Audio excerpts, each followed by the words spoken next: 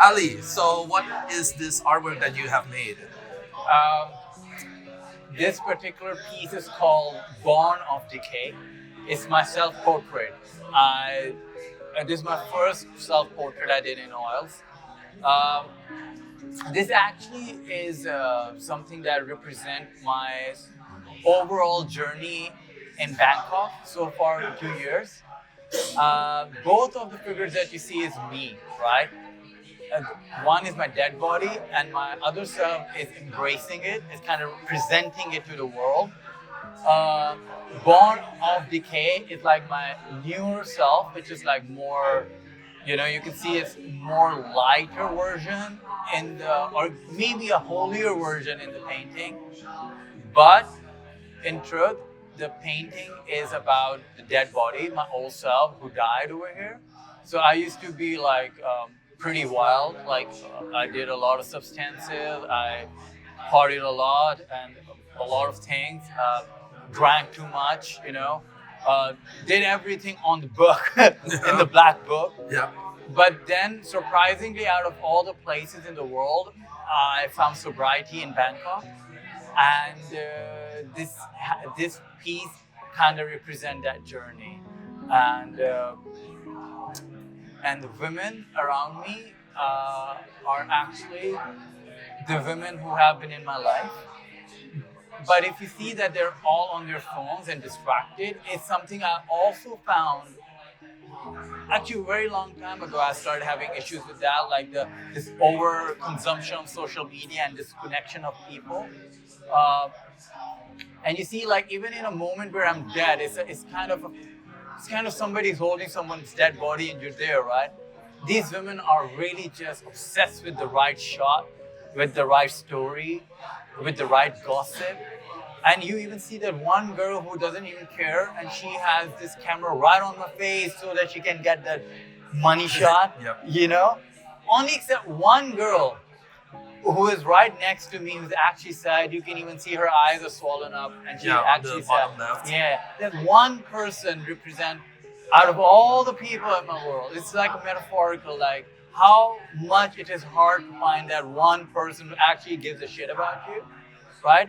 So this painting is about actually the darkness of the world. It's a pretty dark piece, but you can still fight it and find sobriety and light in this world. Yeah.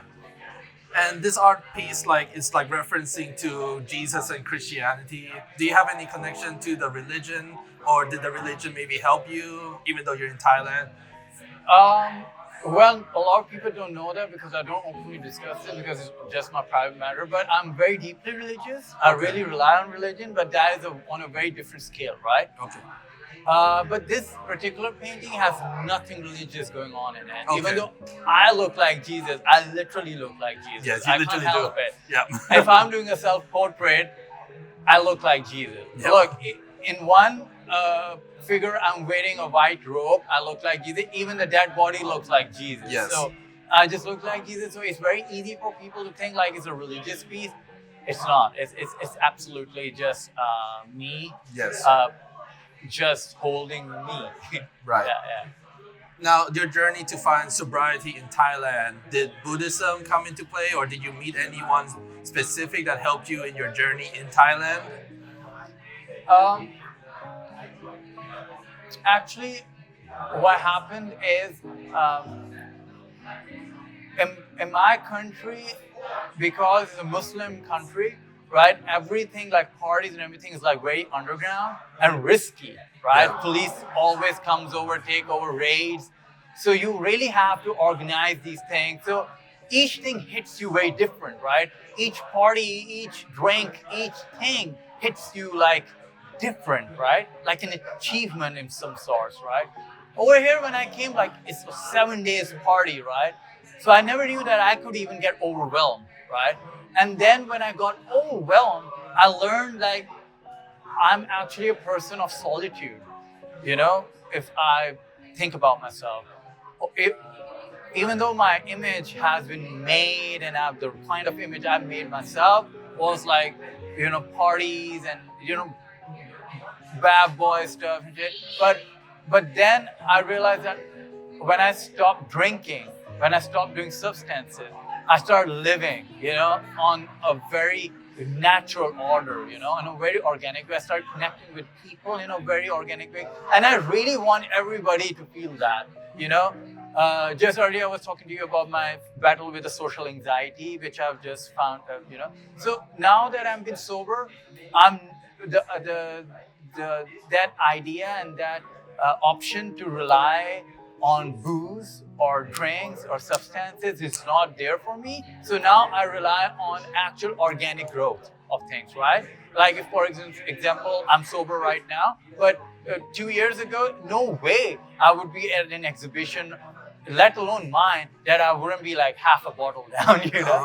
So, when you were sort of in your party phase, have you been making art, or did making art come with your life choice to sort of clean yourself and remove all of the drugs and alcohol? I've never been able to create art on in intoxication or in influence. I know like a lot of people would say like, oh, I made my best art when I was under influence. I never could draw. I never could.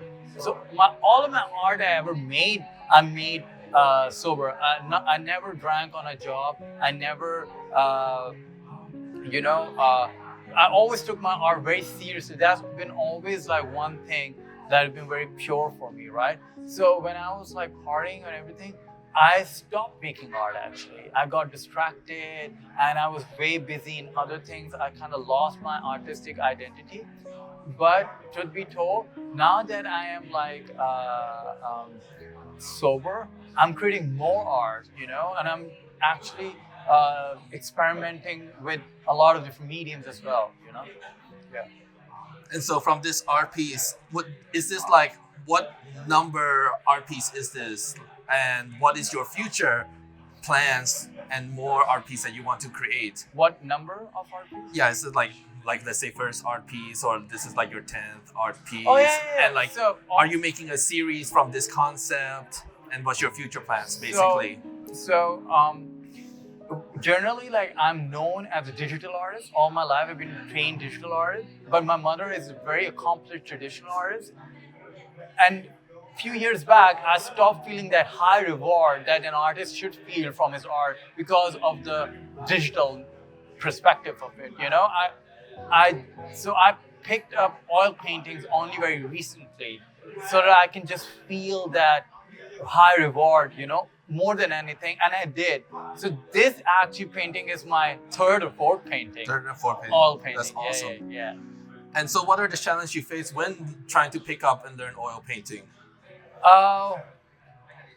Well, like it's a whole different medium. Like there's no control Z, man. Yep. And There's no control Z. There's no That's control right. Z, and it's pure technique. It's pure talent. There is no photo bashing. There is no texturing.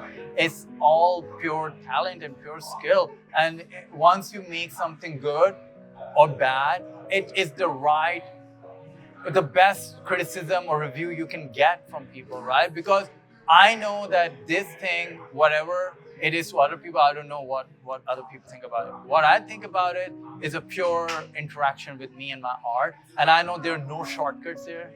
It's pure expression of whatever talent I have.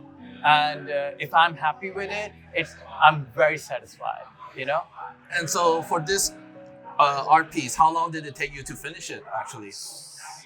I'm very lazy, guys. It took me months. But when I finished it, most of the painting was incomplete. I finished it in 2 days.